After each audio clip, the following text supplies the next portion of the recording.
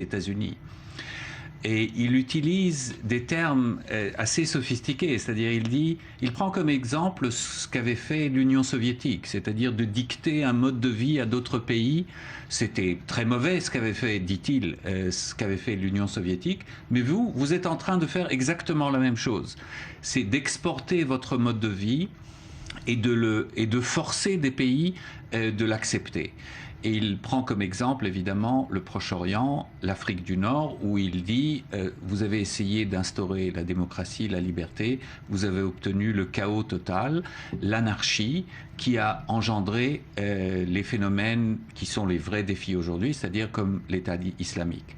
Mais ce ne sont pas que les mots où Poutine défie Barack Obama. Sur le terrain, pas loin de chez nous, en Syrie, nous voyons une véritable confrontation où il dit « Moi, je soutiens le régime légitime du président Assad, alors que vous êtes en train de soutenir des organisations terroristes, etc., etc. » Maintenant, ça se discute évidemment, son légitimisme, il dit c'est le gouvernement légitime, c'est lui qu'il faut soutenir. Personnellement, je pense que c'est une totale perversion des principes des Nations Unies, puisqu'il s'agit d'un régime qui est en train de massacrer des centaines de milliers de ses propres citoyens. La légitimité d'un régime n'est pas le seul critère par lequel la communauté internationale doit agir.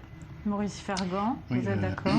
On a vu deux styles radicalement différents, puisqu'on peut maintenant comparer. On a entendu Barack Obama avec des concepts de coopération, de raison, de droit de l'humanité. Et là, on vient d'entendre un Vladimir Poutine radicalement différent dans le style, mais qui invoque lui aussi le droit de la communauté internationale pour, dit-il, préserver la souveraineté. C'est-à-dire que là, on est vraiment dans une opposition totale entre deux conceptions de la diplomatie. Il serait intéressant de savoir ce que ces deux hommes vont se dire en fin d'après-midi lorsqu'ils vont se rencontrer en tête-à-tête, parce que l'un s'oppose à toute solution avec Bachar al-Assad, alors que l'autre dit il n'y aura pas de solution sans Bachar al-Assad, et il a même accusé directement les États-Unis et Barack Obama de financer et d'inciter des groupes terroristes de manière à favoriser leurs propres intérêts nationaux, quitte ensuite à dire nous allons tenter de les éradiquer. Donc il a pratiquement accusé Barack Obama de manipulation.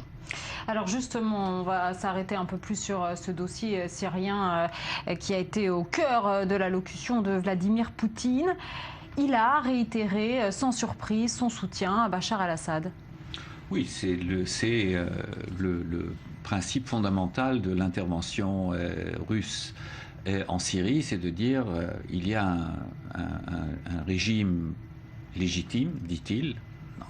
À nouveau, je dois répéter, ça se discute à quel point il est légitime, mais c'est la souveraineté légitime, dit-il, et donc moi, je suis les principes du droit international et je soutiens de l'extérieur, mais j'interviens militairement pour soutenir ce régime légitime.